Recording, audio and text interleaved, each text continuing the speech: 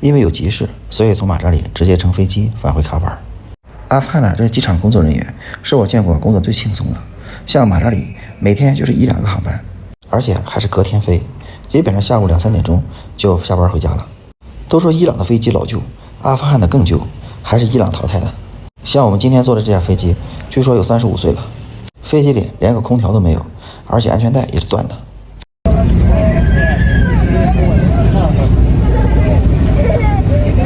机舱里乱糟糟的，小孩子热得直哭。胖阿里是第一次坐阿富汗国内航班，我就特地让他坐在窗户边上，他很好奇看着外面，说原来阿富汗从天上看是这个样子的。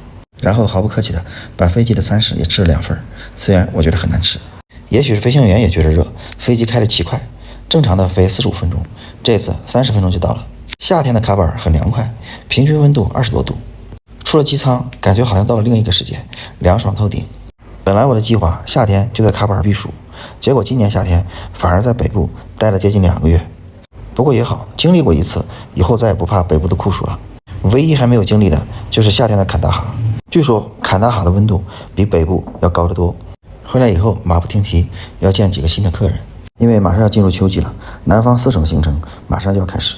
因为朋友知道我特别想去赫尔曼德和尼姆鲁兹这2个省看一下俾路支人，所以特地带了赫尔曼德的大佬过来先认识一下。看这个家伙的眼神，我担心以后能不能去他家白吃白住。